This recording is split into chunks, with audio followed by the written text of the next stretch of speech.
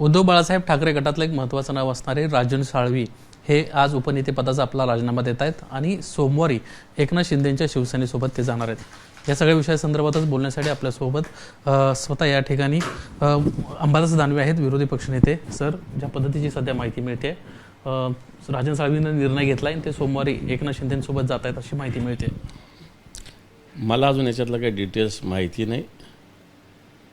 अशा अफवा, अशा बातम्या येत असतात आणि त्याच्यावर राजन साळवी यांनी वेळोवेळी स्पष्टीकरण दिलेलं आहे। आत्ता तरी मला याच्यापेक्षा पुढचं काही माहिती नाही। तुमचं काही बोलणं झालं त्यांच्याशी? नाही, माझं नाही कळलं।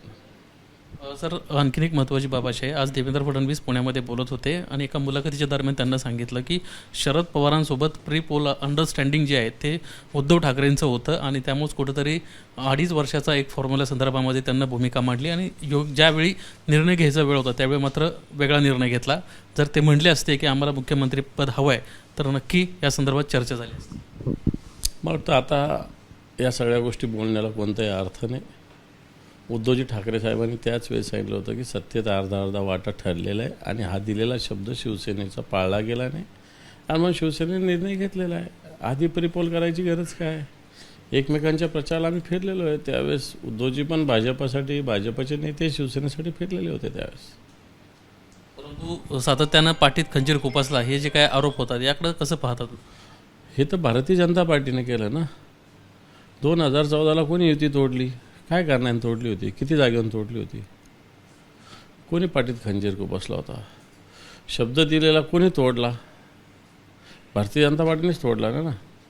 आणि त्यामुळे स्वतःच करायचं आणि दुसऱ्याला दोषी द्यायचं ही भारतीय जनता पार्टीची कामाची पद्धत आहे। प्री पोल अंडरस्टँडिंगबद्दल काय म्हणणं आहे? बिलकुल चुकीचं आहे। आम्ही तर एकमेकाच्या विरोधात बोललो, एकमेकाच्या विरोधात सभा घेतल्या, एकमेकाच्या विरोधात पूर्ण जीवाच्या आकांड तांडवाने आम्ही काँग्रेस, शरद पवार यांच्या विरोधात लढलेलो ना। परंतु उद्धव साहेबांना असंही सांगितलं होतं की पालघरची जी लोकसभेची ज्यावेळेस जागा होती, जी बायपोलमध्ये निवडून आली होती, ती आम्हाला द्या, आम्ही मुख्यमंत्री पदासंदर्भातला जो आमचा आग्रह आहे तो आम्ही सोडून देऊ आणि तुम्ही चर्चेला आहे, अशा पद्धतीचं आमंत्रण देवेंद्र फडणवीस यांच्याकडे दिलं होतं असंही देवेंद्र फडणवीसांना मुलाखती दरम्यान म्हटलं आहे। मला नाही माहिती त्याच्याविषयी उद्धवजी काय बोलले असतील हे मला काही माहिती नाही आहे। आणि असं काही असतं तर उद्धवजी ठाकरे साहेब स्पष्टपणे बोलले असते ना समोर। ते काय यांच्यासारखं माघारी थोडी बोलतात आणि नंतर थोडी बोलतात। त्याच वेळेस एक गाव दोन तुकडे टाकून देतात उद्धव साहेब। दिल्ली विधानसभेचे निकाल आज लागलेले आहेत। ज्या पद्धतीनं इंडिया आघाडीनं वेगवेगळ्या पद्धतीनं काम केलं आणि त्यामुळे कुठंतरी जो नतीजा म्हणजे जे काही रिझल्ट यांना अपेक्षित होतं ते आलेले नाही आहेत। भाजपला तिथं बहुमत मिळाल्याचं पाहायला मिळालं। ठीक आहे ना, आता काय निकाल लागलेला आहे। 12 वर्षांना आम आदमी पार्टी तिथं सत्तेत एखादंच अँटी इन्कम्बन्सी असू शकते। भारतीय जनता पार्टीचा सत्तेचा मिसयूज असू शकतो। पोलीस यंत्रणेचा गुंडागर्दीचा परिणाम असू शकतो। पोलीसच निवडणूक आयोगाचं काम करतात ते असू शकतं। निवडणूक आयोगाचा पक्षपातीपणा तोही असू शकतो ना। या सगळ्या गोष्टी भारतीय जनता पार्टीने केलेल्याच आहेत ना। एकनाथ शिंदेंचं असं म्हणणं आहे की आता दिल्ली साफ झाली आहे, मुंबई लुटणाऱ्यांना देखील आता आम्ही साफ करणार। मुंबई यांनीच लुटली ना। मुंबई हेच लुटत आहेत ना। परवा मुंबईचं बजेट आलं, किती डिपॉझिट होतं, आता किती ठेवलं, हे कोणी लुटलं? यांनीच लुटलं ना। आता मुंबईमध्ये काय रस्त्याची परिस्थिती? 2.5-3 वर्ष झाले टेंडर मंजूर करून 6 महिन्यात रस्ते इकडे तिकडे करणार। अजून 3 वर्षामध्ये 22-23% काम झाले। मुंबईत लुटायचं काम तर यांनी केलेलं आहे आताच्याकडे।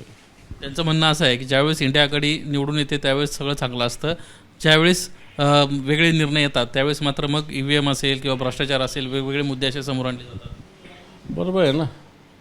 आहे ते बोलायला काय प्रॉब्लेम आहे? आहे ते बोलायला काहीच प्रॉब्लेम नाही। जिथं यांची सत्ता आहे, पोलीस यंत्रणा यांच्या हातात आहे, प्रशासकीय यंत्रणा इथं यांच्या हातात आहे, तिथं ते करतात। जिथं ही यंत्रणा यांच्या हातात नाही तिथं काय नाही हे करत? तिथं काय नाही करत? समजा महाराष्ट्र जिंकू शकले, झारखंडला काय नाही जिंकू शकले? मग बंगालला काय नाही जिंकू शकले? मग हा पण प्रश्न आहे ना। ऑपरेशन टायगरची एक सातत्यानं चर्चा येत होती। उद्धव ठाकरेंना काल जरी स्पष्टपणे म्हटलं असेल किंवा खासदारांना देखील स्पष्टपणे समोर येऊन म्हटलं असेल तरी माझे आमदार असतील किंवा राजन साळवींचं नाव समोर आलं, अशी वेगवेगळी जी मंडळी आहेत ती कुठंतरी आता एकनाथ शिंदेंसोबत जाताना पाहायला मिळतात।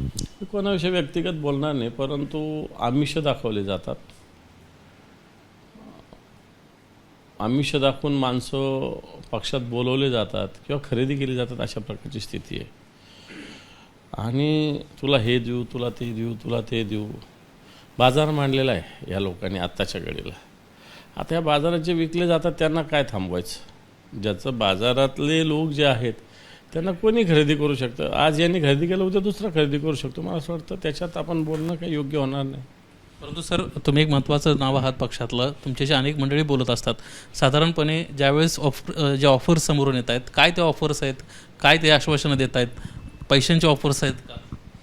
पण मी खुलं सांगतोय ना, प्रलोभनं दाखवली जातात. कोणी असं म्हटलं का नाही आपल्याला हा विचार हे करायचा ते का हां प्रलोभनं, तुला 10 कोटी देऊ, तुला 5 कोटी देऊ, तुला 20 कोटी देऊ, तुला 50 कोटी देऊ, तुला येऊ करू, तुला तू करू, असंच प्रलोभनं दाखवून लोकांना आपल्याकडे घेतलं जातं. पण मला वाटतं हा भ्रमनिरास लवकर होईल. वेगळं काही घडतंय पक्षात?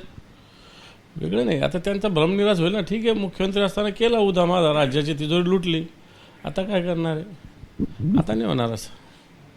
धन्यवाद सर, आमच्याशी बातचीत केल्याबद्दल. एकंदरीतच जे सर्व मंडळी जायचा विचार करतात किंवा जी मंडळी गेलेली आहेत त्यांचा लवकरच भ्रमनिरास होईल अशा पद्धतीची प्रतिक्रिया अंबादास दानवेनं दिली आहे. कॅमेरामन मनोज जयस्वालसह निलेश बुदावले, एबीपी माझा, मुंबई. एबीपी माझा, उघडा डोळे बघा नीट.